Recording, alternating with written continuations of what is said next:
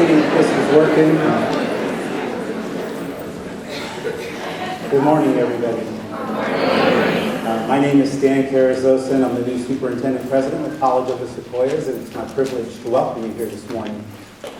First of all, thank you so much for your time this morning. I know it's an incredibly busy time, there's a lot to do, and you've decided to spend a couple of hours with us, and we're going to try to make it as succinct and meaningful as possible and get us on for the rest of the day. But I do value and appreciate how precious our time is. So the first thing I want to say is thank you. Also, I'm just going to share real quickly, I was getting ready for this presentation, and I was at the Men's Warehouse a few days ago, and I thought, I should probably pick up a new dress shirt for that first day. And so I was kind of going through the shirts, and I had them bring me a couple to try on, and my neck is a 17, and I kept putting 17 on it, and it was just a little too tight. And I'm thinking, this isn't a 17, this can't be a 17. Bring me 17 and a half. And so they brought me 17 and a half, and I was putting that on, a little too snug, and I'm going, okay, something's wrong here, forget the shirt, I'll try a new pair of slacks. So bring me right? Said, I'm a 34, bring me the 34. So they brought me 34. That wasn't happening. So I'm doing the snug, and I got irritated. I walked out. I figured there's a conspiracy in the clothing industry, right? This stuff is not sized properly anymore. Are you with me on that? Okay. So you're seeing a suit I already own, and you're seeing me without my dress coat because it is warm in here, and I don't have the benefit of the fans like you do. So I apologize for removing my coat, but I wanted to be comfortable when we shared this morning. I woke up about 4:15 this morning, and it was just a bad deal. Because I knew at 4:15 on the morning that you're going to speak to a new faculty, I'm not going back to sleep. So they were going to put a third chair up here, and they said, Stan, we usually put an extra chair up there. I go, what do you need an extra chair for? Well, in case you get faint. I'm like, really? So I'm going to try to hold on for the time. I want to start with some thank yous before I forget. We were here yesterday spending a little time testing all the equipment, trying to get ready, and Terry and Steve and Nick were here, and they spent some extra time last night getting things ready for us. So it's not appropriate for us to go forward this morning without saying thank you to them. So thank you guys for that.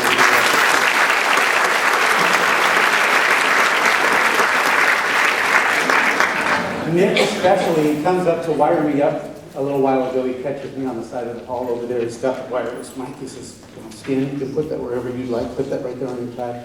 He says, you want to just put this in your pocket and hang it from your belt? So I'm getting it fixed on my belt right here like this. And he's looking down, watching me. And kind of a man-to-man thing, he leans forward. He goes, Mr. President, you may also want to check your zipper. So Nick, you are my guy. And this is a suit I already own. I want to welcome this morning a couple of our members of our Board of Trustees that are here to share in this opening convocation. I want to welcome board members Earl Mann and Ken Nunes. Thank you so much for being here.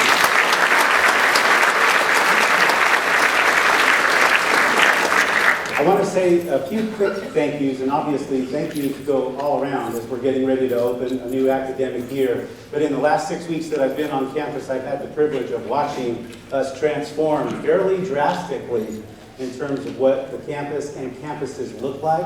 So on the Hanford campus, on the Visalia campus, and certainly lots of things underway on the Tulare Center campus, a lot has happened, I'm sure, not only over the course of the summer, but especially in the last couple of weeks in terms of grounds and custodial and preparation. And so while some of us were in the kind of rest and rejuvenation period of the year, some of us were in our peak season. And for those kinds of things that have to happen in the summer, only when the campuses are down, we had people really grinding the clock to get everything ready for us for this next coming Monday. So to Eric Middlestead and all of the staff in that department, I'd like to just give them a special shout out for how nice everything is.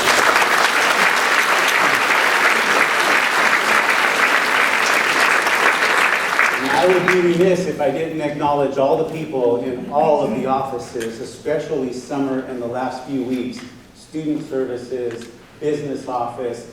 Campus has gradually built a buzz, and activity has gradually built to a crescendo. new student orientations, lots of stuff preparing for registration. So to all of those staff who have been working to, again, help us do the behind-the-scenes preparation for a successful opening, I want to give a special thank you to them.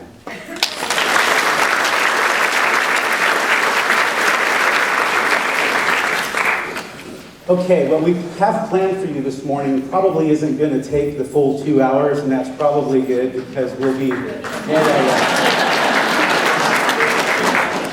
I learned a long time ago, if you talk too long, you'll be talking to yourself.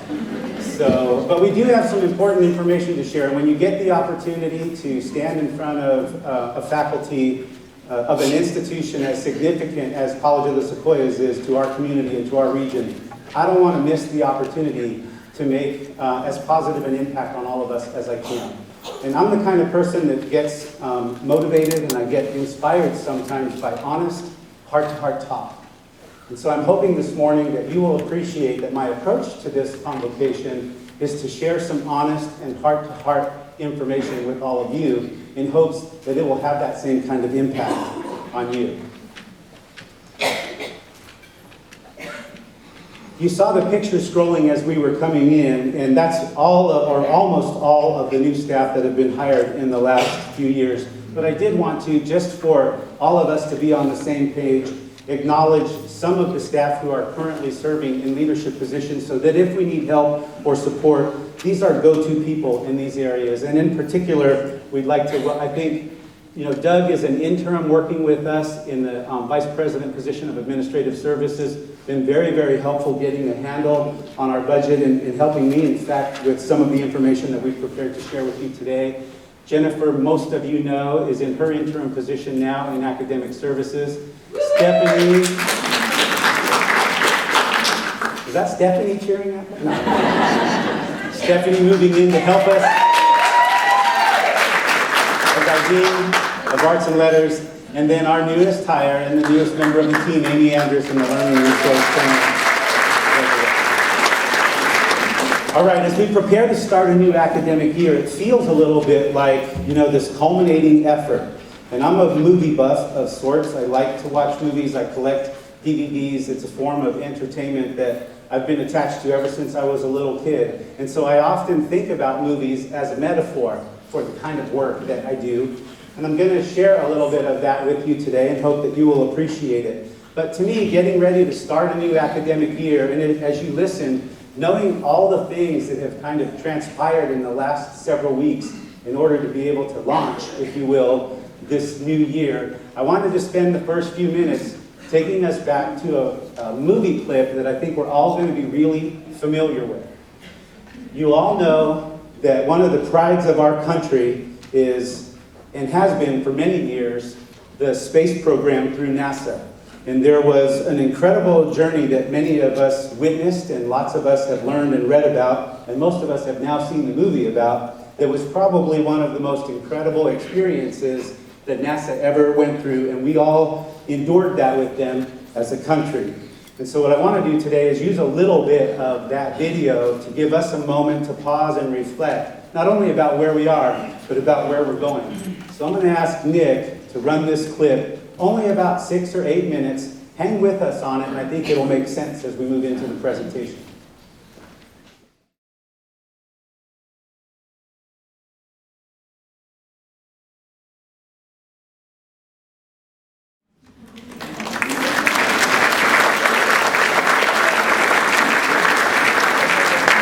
Always kind of gives you a little chill, and your hair stands up on the back of your neck, and you see something that cumulative come together in a successful launch.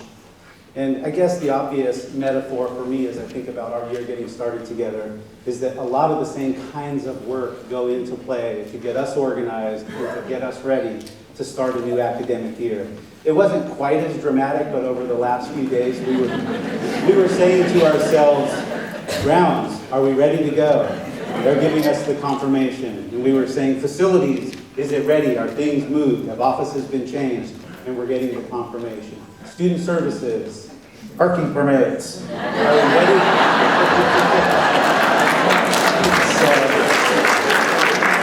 So it was a go, no-go for launch, and whether we like it or not, it's going to happen on Monday. That's specific to our college, but if you also think about this as a metaphor for the larger community college system, this is kind of how I took a look at it the second time around, because in my mind, I think community colleges now are probably among one of the most important layers in the K-14 and in the college and university system because of what we're under in terms of our economic conditions. Four-year universities are closing their doors and capping enrollment, which is sending students scrambling to our level. The unemployment rates continue to be high, which is requiring folks to be retrained, retooled, and trained for vocational, which is sending them to our level. So I would argue now more than ever, community colleges play a critical role in that continuum. We may be at the most important point in our history. So I've been attending meetings this summer, a couple of them at the Chancellor's office, and I wanted to share with you, from that broader perspective, what the emphasis from the Chancellor's office is for the entire system. You know, remember there's 117 campuses, and what they shared with us in the meetings that I've been able to attend is that we're really narrowing in, if you will, on key areas. Most of us that have been at this level for a long time understand that academic transfer success and career and vocational certification have always been kind of our primary purpose and mission. In addition to that, in recent decades, we've developed a basic skills program that's really tried to help many folks come into our system and acclimate not only into college preparation and vocational, but just into inculcating into our society. And probably most recently, there's a kind of an acknowledgement now that we really do need to take a look at online course development and online education, because it really, in the internet age, isn't a game that we can choose to get into or not get into. It's a game that's going on with or without us. So part of what we need to do is figure out how we can be relevant in that environment. And as I listened to all of this, and I thought, that's wonderful, I didn't see some things here. I didn't see some of the stuff that we've historically done in communities in the past. And when I raised my hand to ask some of those questions at the chancellor level meetings, the real reality was that in this economic environment, we have to change our plan just a little bit. That the resources that we used to have to expand and to create opportunities for exploration and to create that educational vision of decades past is now changing a little bit. And it's pretty common, at least in my mind, it's a familiar deja vu, because having been a K-12 educator for almost 25 years, I've seen that transition take place at that level as well.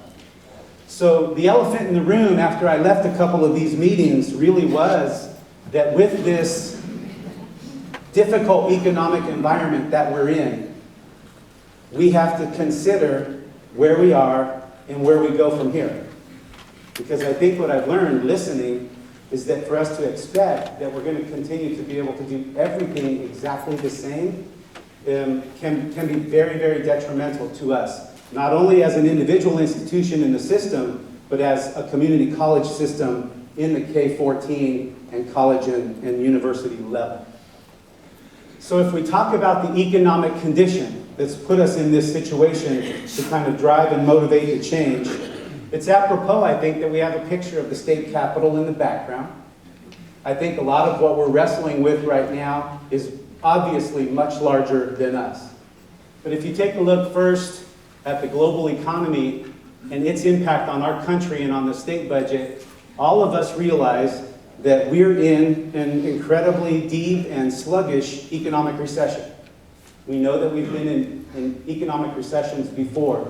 This one obviously is more persistent than what we've experienced in the past, unless you want to go all the way back maybe to the crash in the early 1930s and thereafter.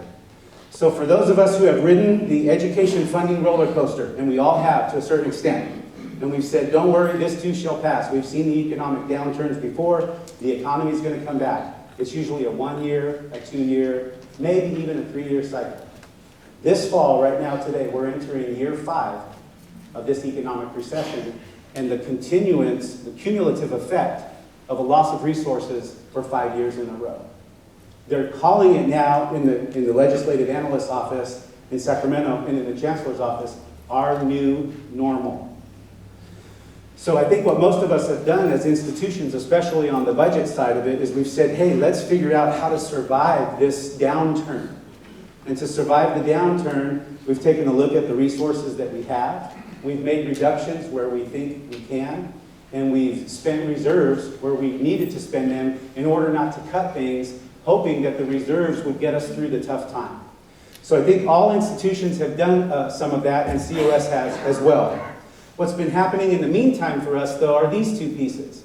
And this is a little bit new, maybe, for the community college section of that continuum, because now we're getting our new version of legislation. And what happens in my experience, again, and I apologize for referencing a few times back to the K-12, but if we believe that history can teach us something, I have an obligation to share with you at least a little bit of the history that I've lived through.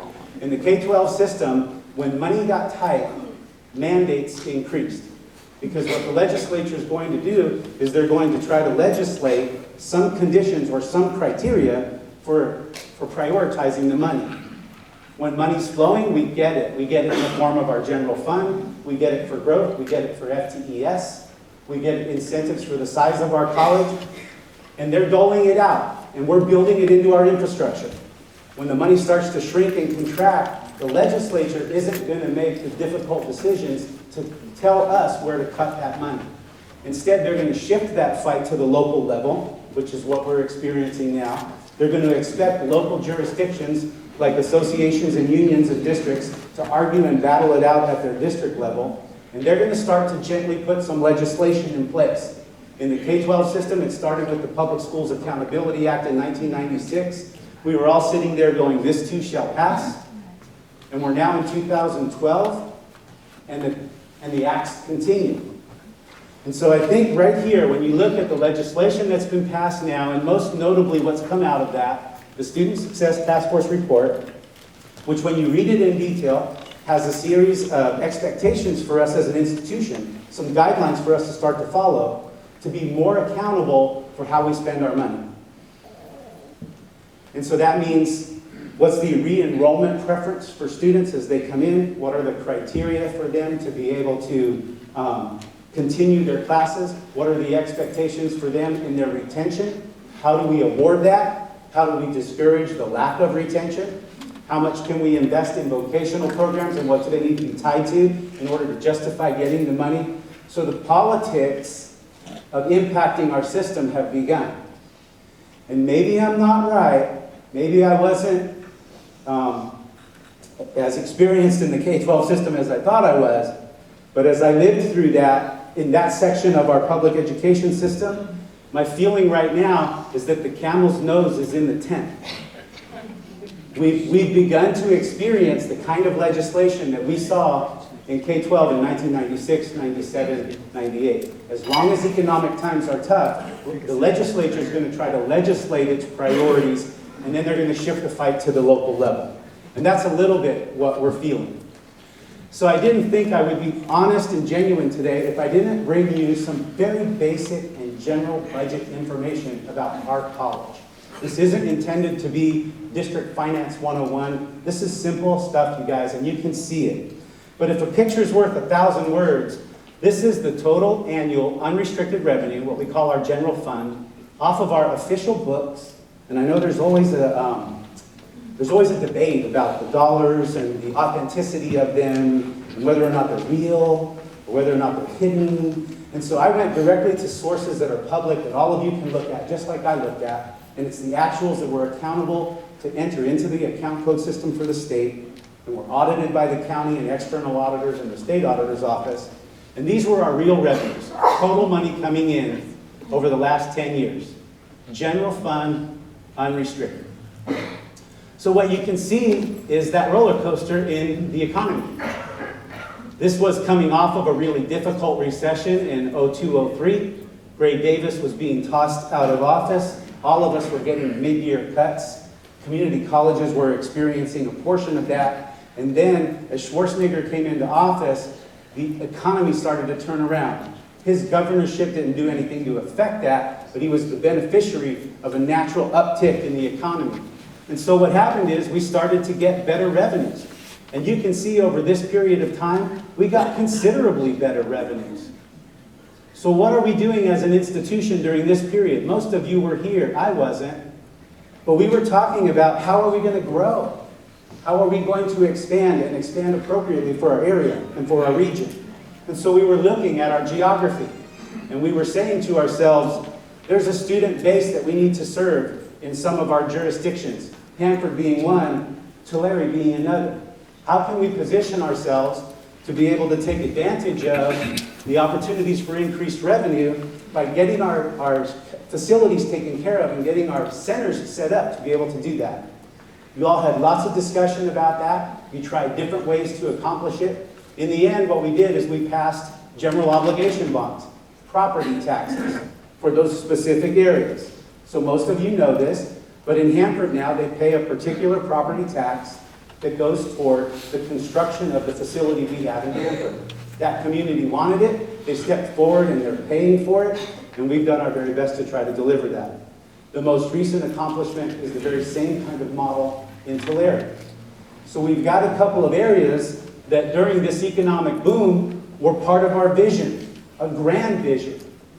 And simultaneously, we were taking care of the main campus, passing a bond for Visalia, reconstructing our facilities here, upgrading technology, security, safety. So a lot of benefits came from the time and the vision that we had in place when the economic boom was at its peak. And then none of us, I think, could predict what was going to happen next. And so we had this economic downturn. The stock market crash, if you will, the housing industry collapse, the mortgage loan debacle, and all of that started to ripple not only through California and the United States, but through the world. So what's happened, and it's nobody's fault in this room, is that in order to contract or to adjust to that, the last several years, our revenue from the state has simply gone down. We've been cut $7 million. During that same period of time, it was difficult for us as an institution to contract, to roll back that revenue. Why? Because when we get this revenue, it typically comes to us in FTES, workload increases for cost of living adjustments. So we invested. We invested in the most valuable resource we have, our people. And alongside that, at that time, we had two communities, Tulare and Hanford, and then ultimately Visalia, come forward and say, in addition to this general fund money, we'll pay some extra property tax to take care of our facilities. So we find ourselves today here, and this is 12/13, and this is the revenue anticipated on a worst case scenario, which is that the governor's tax initiative in November does not pass. If it does pass, we do a little bit better. And that's what's in parentheses right here. So the governor's initiative and the opportunity for us to have what we call flat funding gives us an opportunity to have a little smaller deficit. Our difference would be between 46 and 50 instead of the 43 and 50. That's not to say we haven't made some reductions along the way here. We have been cutting budget. We have been reducing course loads. We have been cutting administrative costs and overhead. It's just hard to cut it as fast as it's being taken away. So we have a deficit, what's called the structural deficit. It's not a mystical term. I know you'll probably read some global emails about how that's a crazy term. It's not a mystical term. It's just the difference between the revenue you get each year on a single year and your expenditures for that very same year. Now we can balance the budget even though we have a deficit in the year because we're using reserves. But all of us would not take our bank savings at home to make our house payment on an ongoing basis if we lost our income. We'd have to either cut our expenses or get more income. And that's a little bit where we find ourselves today as an institution. So the next slide I want to show you, and I know it's hard to see, the little numbers maybe from where you're sitting, but those aren't as important as just the visual of the pie chart. This is the most recent budget that we adopted, which was the year that just closed, 11-12. This is how we distribute that $43 million that we get. This is the pie chart. And really, the important thing to look at is all of these shades of blue in one form or another are those costs associated with our most valuable resource, our people. It's salary, it's benefits, it's health insurance. And I don't say that as a disadvantage. I think we are a people business. What I've told people all my career is if in education we don't spend money on our people, we're not investing in the right thing to make a difference in the lives of students. Okay? Here's the reality though, here's the budget reality now. This little wedge right here is the place you go to if you don't want to affect your people to try to make up whatever your budget shortfall is. And it's really hard to do, you guys. Look at the simple, maybe not the percentages, but the actual dollars. In services, there's about $5 million. In supplies and materials, there's $1 million. And then in capital outlay and other outgo, there's a $400,000 or $500,000 balance. So altogether, there may be $6 million or $7 million in this piece of the pie. If we took that whole piece of the pie out, which you couldn't do without crushing the infrastructure of the college, it still might not be enough to make up that difference in the loss that we've had over the last 6 years. So we're struggling. That's where our struggle lies, right there. And the other thing that you're probably asking yourselves, and you should, is this is the general fund unrestricted. What about the categorical monies? What about the grants? Where are those? And those are there, and there are restricted dollars beyond this amount. But remember the difference between general fund and restricted. For example, those facilities dollars that we have, we can do things with those facilities dollars because taxpayers are putting money into those coffers, but they have to go toward the construction of those facilities. That's the law. That's the reason we paid the taxes for them. So if I'm at the coffee shop in Visalia, and I am, and people are asking me this question, and they do, how in the heck can you be building all these buildings when you're cutting your general fund? And my simple response to them is restricted funding. What the taxpayers agreed to pay for in those general bond taxes is they agreed to pay for the construction of a facility, so we're going to build the facility. That's what they paid for. We can't use that money to cover a shortfall in our general fund. So any of those restricted accounts, grants that come in with strings attached. And they're one-time monies, meaning they're not going to be there forever. Some grants are 3-year grants. Some grants are 5-year grants. Some grants are for a year. So they can help us.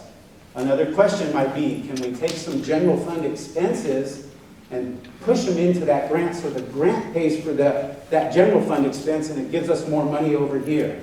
No. Not in the law. So we've tried the creative tools that we can use to the best of our ability, but we can't do something that's not legal. And then the last thing I'll share with you is there are reserves.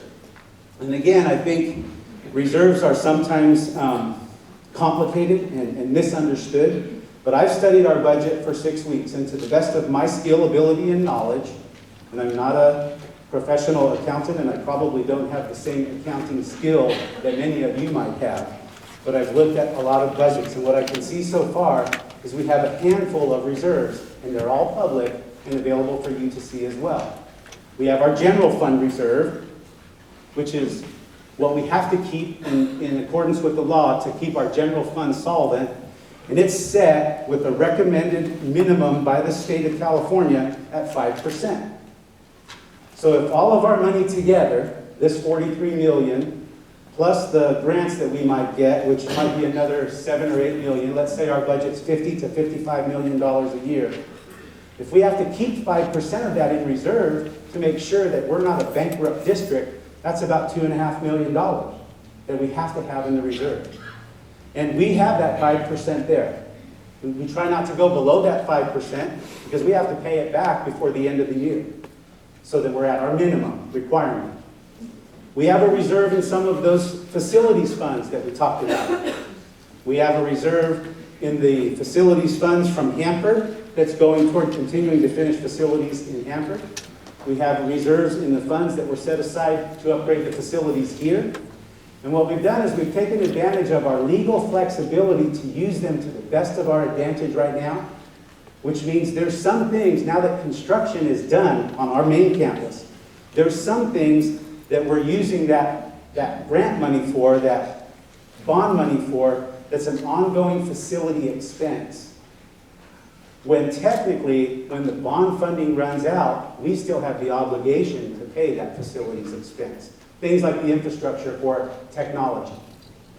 Now, right now, it's an appropriate use. We can say to the taxpayers, you approved us in upgrading facilities and technology, so we're using some of the bond fund to pay for our technology bill. But that technology bill doesn't go away when the bond fund is gone. So that's one area where your board's supporting us right now by using that reserve.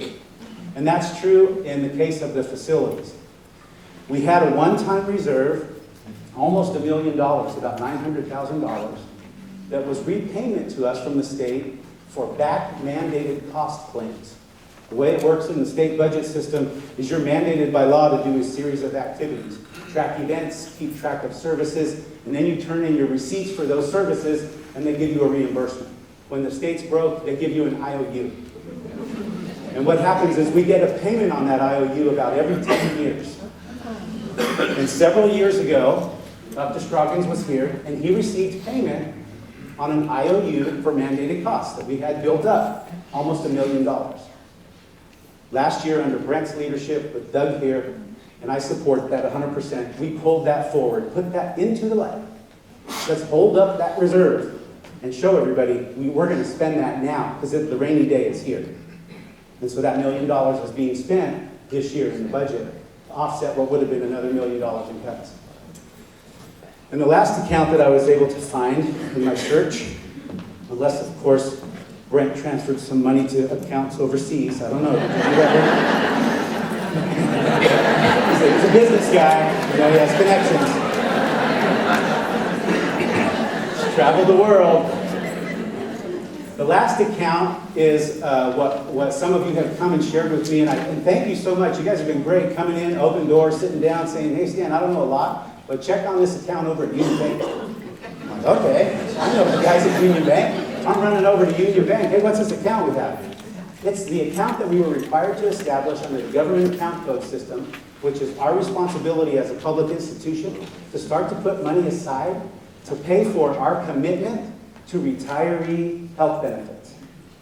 So what happened about a decade ago across the public system is everybody realized that we were awarding public employees a level of retiree health benefit that local districts and cities and agencies weren't setting aside the money to actually pay for.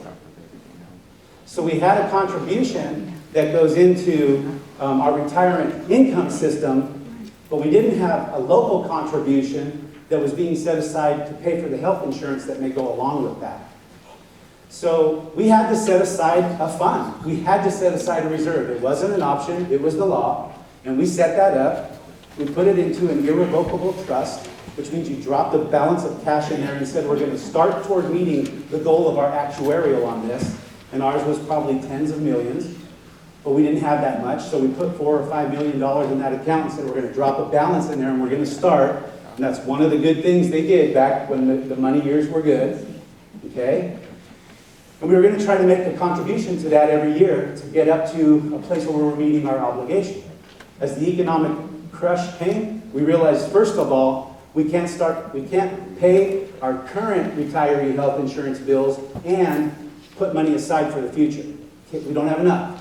So what's most important? Pay the current bills, and like everybody else, we'll worry about the future a little bit later. So when we didn't have enough money to pay the current bills, the one thing the law does allow us to do with that reserve is to take the money from our Union Bank account and actually pay our annual commitment to retiree health insurance. So to save our general fund, we're doing that now. Out of that reserve, we're paying what we should be paying from our general fund toward our retiree health insurance. Pretty important to all of us. So those are the reserve mechanics, those are the general fund mechanics, and those are the trend data that I've been able to discover. And I felt, in the spirit of full disclosure and honesty, I didn't want to bore you this morning with a budget report, but those are the facts that we all face right now in trying to help College of the Sequoias navigate this crisis. So if you go back to our metaphor for a moment, you guys know exactly where I'm going with this. Apollo 13 was one of those grand missions. And again, if one of the best institutions across the state of California and the country is the community college system, then in this metaphor, we're a little bit like NASA. We have this grand vision as a community college system. We were on our way to the moon. That was our destination. Transfer rates high success rates for transfer, vocational skill development, career technical development, basic skill development to serve communities, exploration for students, artistic creation for students, online options for students. That's the moon. But as you know, in Apollo 13, the mission changed. This short clip will reconnect us to that.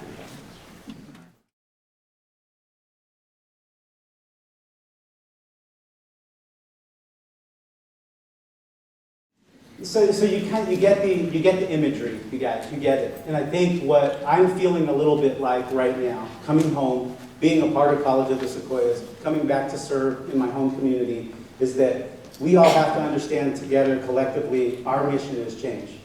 There's a scene in the movie right before this one unfolds where they're batting back and forth a little bit in that command room down on the ground level in Houston, and Commander Gene is asking why they can't use the LEM, that small module, to actually do a burn and try to get into re-entry position for the astronauts to get home. And the technical guys are saying, well, it was designed to land on the moon. It wasn't designed to be a long-term burn. The commander looks at him and he says, well, we're not going to the moon anymore, are we? I don't care what it was designed to do. I care now what it can do.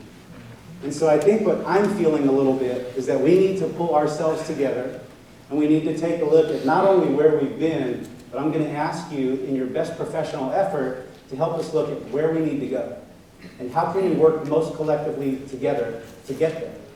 Because one of my biggest worries about this state fiscal crunch is that the legislature, and they have, will shift the argument. They won't tell us, take money out of salary, take money out of benefits, take money out of retiree. They won't tell us that, just like they didn't tell us that's where we had to put it. But they are going to tell us that we're getting less, and they're going to shift that fight to us. And so I don't want that external force to split this team. That's my biggest concern, is that we're going to end up fighting with each other over something neither of us can control. And it makes me irritated a little bit with our legislators that they're sitting up there knowing that the fight has been shifted to the local level. So we know now our mission is a little bit different. I tried to share with you at least a framework of where we are economically. So different than the chancellor's goals, which I think are admirable, and he should have those goals across the whole system, we've got to look specifically at more important things right here, right now, for College of the Sequoias. And one is to correct that deficit spending. We can argue, and I'm sure we will, about what's valid in the accounting and what isn't. And my commitment to you is I will be open, I will be honest. I don't think I can share any more honest information with you than what I just did right now. And so we're going to know what our budget looks like. We're not going to hide anything. If you think there's anything hidden, please bring it to my attention. I would love to find some hidden cash in our system, okay?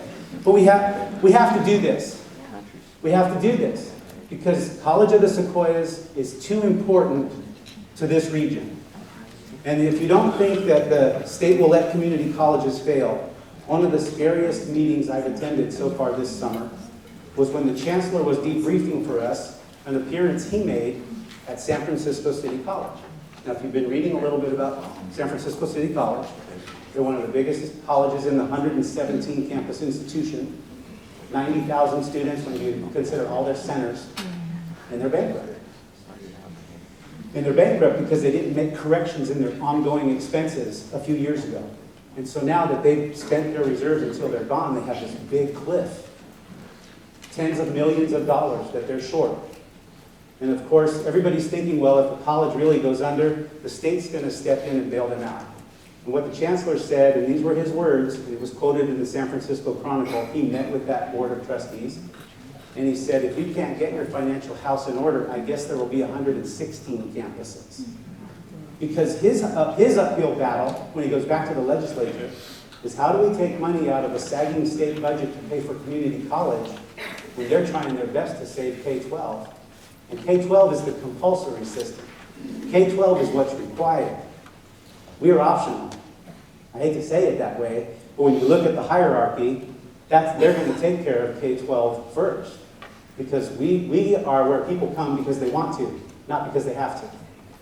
So we have that challenge, and my challenge to all of you, my plea to all of you, is in my K-12 experience, I can tell you it's a lot better if we lock our arms together and figure out how to solve this ourselves, even if it involves temporary measures over a 1 or 2 or 3 year period. We have to solve it ourselves, because if we don't, either someone will solve it for us or we'll be left to demise. And that's the scary part that I feel. And at the same time, that's the reason I'm here.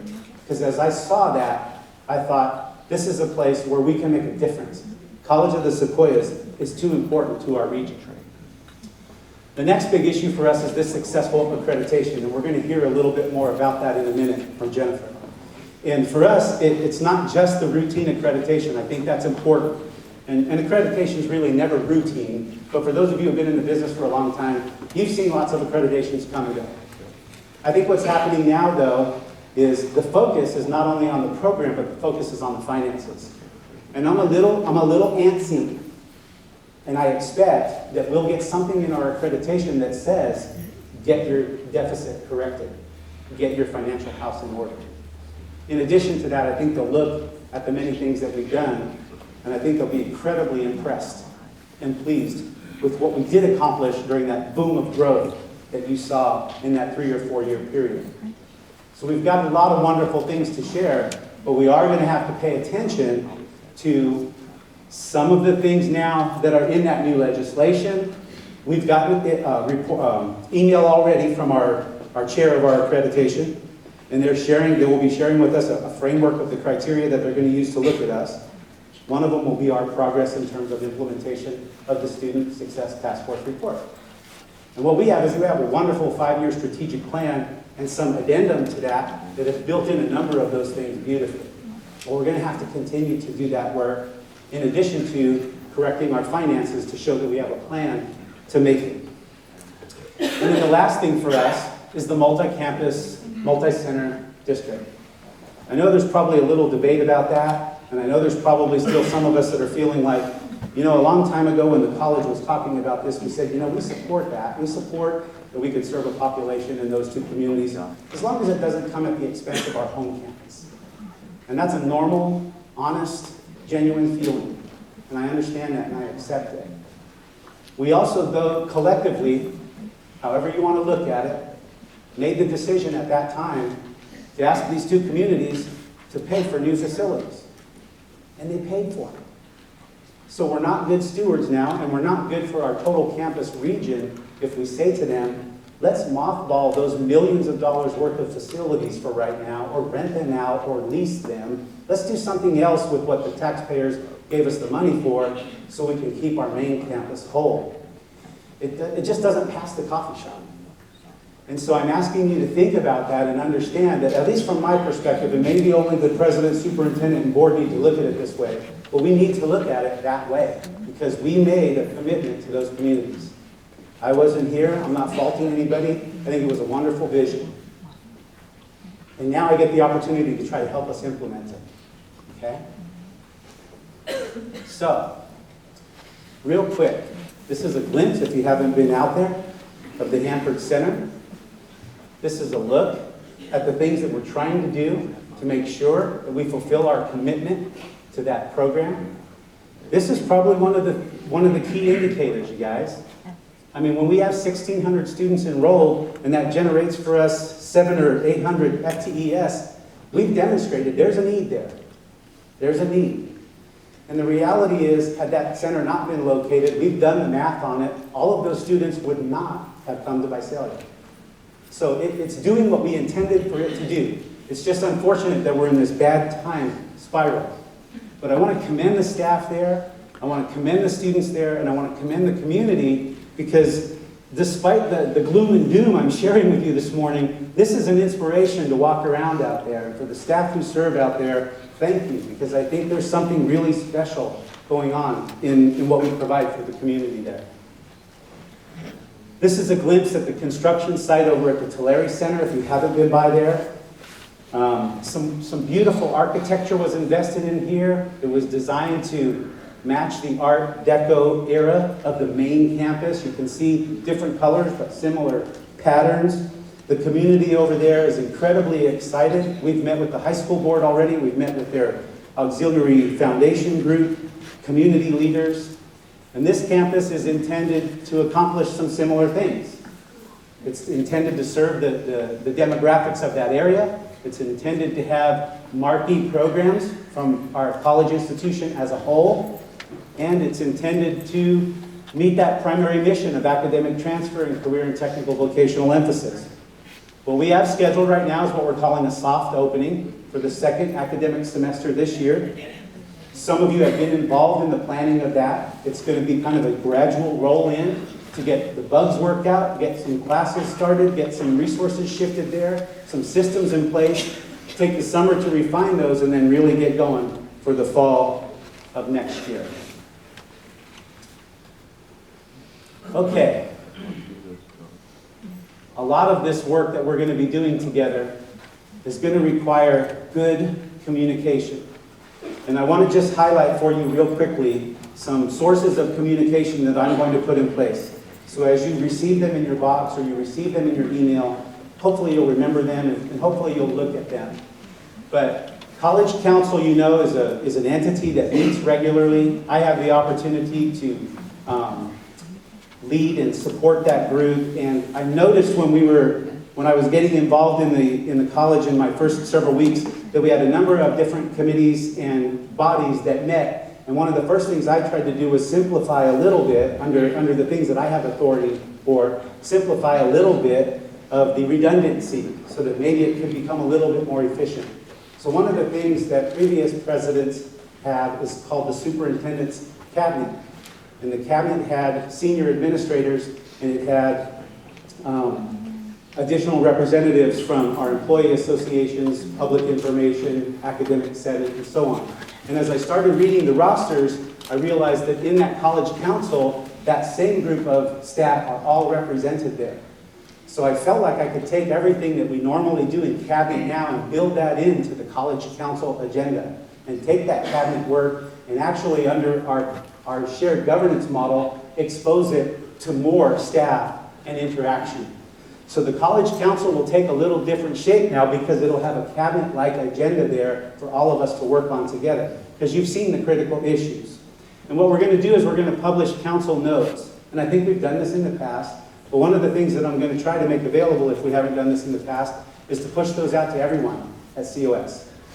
So you don't have to read them if you don't want to, but when you see them in your mail, you'll know that they're coming from that body, and we're talking about some of these big decisions that have to make it through our shared governance system. Secondly, I've developed a weekly electronic newsletter that goes out to all of our board of trustees. It's called Boardline. And in addition to that, I'll be making that available to all of you who would like the opportunity to see just the regular communications that go on between the superintendent and the school board. COS e-news is kind of our everyone at COS emails. We'll be using those as an opportunity to provide all of the appropriate business-related updates to all of you on a regular basis. And then, of course, we're going to continue to beef up our website. I have a Facebook account. I have Twitter. You can follow me on either of those or not, but they're available. And what I find is when I sit down in student groups and meet with them, they don't want to hear about any of these. They want to know, can we follow you on Facebook or Twitter? So it's a way to connect to the kids. All right, we're in the home stretch. Thank you so much. You have been very patient. I just want to close by sharing a little bit about me, because we've outlined the challenge, and the challenge is going to be formidable. And I think it's important for all of you to know, okay, during these difficult times, what's our president made of? What's his core values? What can we count on from him? How will he operate with us? How will he treat us? And so whenever I talk a little bit about who I am and what I represent, I have to credit my grandparents. In my culture, the Mexican-American culture, we call Nana and Tata, Grandma, Grandpa, Abuelita, Abuelito. This, for us, we call them Nana and Tata. And what most of you may know a little bit about me is I was raised here in the Valley. I came with my grandparents to Dinuba when I was 8 years old. My mother had passed away from cancer, and my father was an alcoholic. So we were with my dad's parents, and we were that kind of first generation back in the 60s of broken homes. And so we came to Dinuba because my grandparents had learned about the Valley working the fields.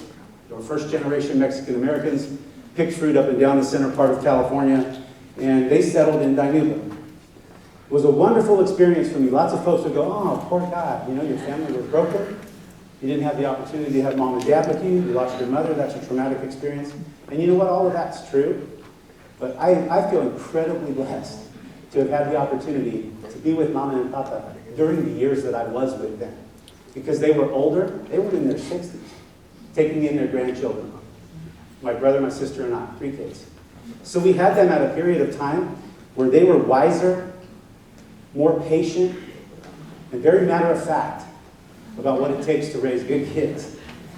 And so the story I tell in closing is this one, that I can remember a time when I was about 13 years old, starting middle school, had been with them for a few years already, and I was getting to the point in middle school where you look at each other as kids, and you start to realize the difference between socioeconomic status, you start to realize the difference between your ethnicities, you start to realize the difference between privileges and non-privileges, and some of that was starting to sink in. And what I was coping with while that was going on is, I'm a poor kid. I don't live on a street that has curbs and gutters. We have a 1,200 square foot home with 3 bedrooms and 1 bathroom for 8 of us.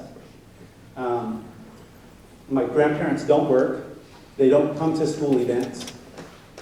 They get 1 check a month, $353, and we have to live on that. So part of our routine in working like that in that environment was we would go to the Little United Market in Dinuba, and every Tuesday, my grandfather and I would go there, and we'd pull around to the back of the market. I thought it was an adventure, man. Anytime Papa threw me in the car, we were going to have some fun. So we go to the market, we pull around to the back of the market, and we had a little 1967 Corvair. Remember the Corvairs? The engine and the trunk were reversed. Remember? So the engine's in the back. So we would pull that Corvair up to the edge of the bin, what we today now call dumpsters, in the back of United Market, and he'd pop the trunk open. And he'd put me, because I was little, in that dumpster. And I would start to pull out what they had thrown away, which was the day-old bread, the pastries that had expired, the produce off the shelf. And I remember us peeling the bad leaves off the lettuce, peeling the old carrots out of the bunch, and putting that stuff in the trunk to take it home. Now today, we call that dumpster diving. That's what we think of. We associate that with homeless people. For me, it was an adventure. Tata made that a treasure hunt. And so I'm in there, and I was so excited. I couldn't wait to share with company when they came over. The hostess pies we had, And I didn't realize that I shouldn't tell them, don't read the dates. And so what we lacked in resources, they made up for with us in an incredible amount of support and love. And so while I was going through this transformation in middle school, I remember at one point feeling really sorry for myself. And feeling really like, I'm not going to make it through this. And I got the notion in my head one day that I was going to go home from school, and I was going to get Nana and Tata really upset, because I was going to walk in, and I was going to slam the door, and I was going to tell them that I'm running away. I've had it here. I don't have the same things other kids have. We always have beans and tortillas and papas and wieners. And a little side story now, I can afford to eat most anything I want. You know what I crave on Saturday morning? Papas and wieners. I'm cooking those, and my kids are loving that, But I was feeling sorry for myself. And I was breaking up a little bit as a 12-year-old kid. So I carried out my plan. I walked in, I was upset. They could tell right away, oh, what's wrong, I'm storming back and forth a little bit in the kitchen. I opened the refrigerator. I knew what was in there. Slammed the door. Nana says, what's the matter with you? I said, I'm tired of it here. We don't have anything. We're poor. We don't have curbs and gutters. We don't even have any white bread. And we didn't. Nana would make these big tortillas every weekend. Big stack of hot flour tortillas, and we'd have to put peanut butter and jelly on the tortilla, roll it up, and make a burrito. We'd put it in foil. I'd take it to elementary school with me. Those were the hottest item in elementary school. I could get any Wonder Bread and bologna sandwich I wanted with those peanut butter and jelly tortillas. Why didn't I market that? And now Fred Reese is making money off that. And so I'm pitching a hissy fit. Basically, I was having a pity party. And I said to them at that moment, and it took every bit of courage I had, you guys, because I loved my grandparents. I adored them. And I said, I don't like it here anymore.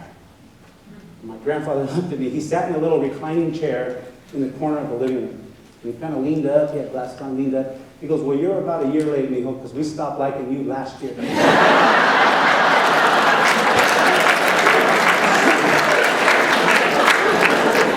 And I'm thinking, all right, that didn't work.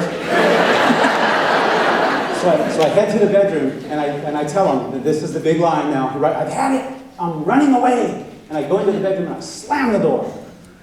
And I'm thinking, I'm sitting there for a minute just plotting, because we lived about 2 blocks from the Little League field, and it was a late spring evening. I had just gotten home from school, and I'm going to go to the Little League game that night. I knew I was going to walk over to the park. But I was going to convince them that when I left for the Little League game, I was running away. And so I got some stuff, and I put it in a little backpack, and I paced for a couple minutes. I said, I need to give time here so that I want to go. By the time I go out, I want Nana to be crying. So I'm going to wait just a little bit more. And I knew where Papa stood on the whole deal, so I wasn't going to the living room. So I come out of the bedroom, and I'm going to make my way through the kitchen, and I've got my backpack. And I said, Nana, this is it. I'm leaving. I've had it. And she says, okay, I understand. And she turns to the sink where she had her little counter, and she turns back around. True story, you guys. She gives me 2 things. She gives me a little wrap of foil. Inside there are 2 tacos. And she gives me a map of the city of Dinuba. She's sweet or what? She says, put these in your backpack. You're going to need this. And I leave madder than heck, and I'm thinking, that didn't work at all. They don't love me. They didn't get it. They don't care. And I went to the Little League park, and I watched the 2 games that I would watch at night, and I came walking back about 9 o'clock. It was dark, and we had this little front porch that was cut out, and Papa had an old chair that he sat on right there, and Nana had her chair next to him, and they were sitting on the porch waiting for me. And I walked up. I didn't say a word. I just looked at them, and I sat on the step with my back to them. And Tata says, so how was it? I said, I just went to the Little League park. And Nana looked at me and she said, you know what, mijo, we know you don't have it the same here. We know that it's not as good as what other kids have. But we're giving you everything we've got. And you're going to be discriminated against. You're a Mexican-American kid. The cards are stacked a little bit against you. You don't look good, but they know your brother. So you need to realize that this is, and here's what she told me at 12 years old. This isn't the hardest thing you're going to go through in your life. And I felt like I went from being 12 to 21 in that little conversation. And they said, we can't help you with your schoolwork, mijo, and we're sorry about that. And we're not able to go to your games or your plays or your back-to-school night, and we're sorry about that. But we are here for you. You know? We are here for you. We support you. We care about you. And you need to figure out your way. And anything that we can do to help you, we're going to do it for you. But if you didn't have us right now, you wouldn't have anything. And so I got up and I started to walk into the house. And Nana says, now you're not going to run away again, are you? And I said, well, I don't know. You know, I'm still. She says, well, if you do, I want you to take off those Levi's. Because you came here without those, and you're leaving without them. And I walk in the house, and I'm laughing, and I hear my grandfather, take off that watch I got you for Christmas, too. Here's the moral of the story, you guys. They taught me to be honest, to be hardworking, to be no excuses, to face the difficult challenges, and to go to an environment. They showed me what it means to step into an environment that's very difficult and make a positive difference.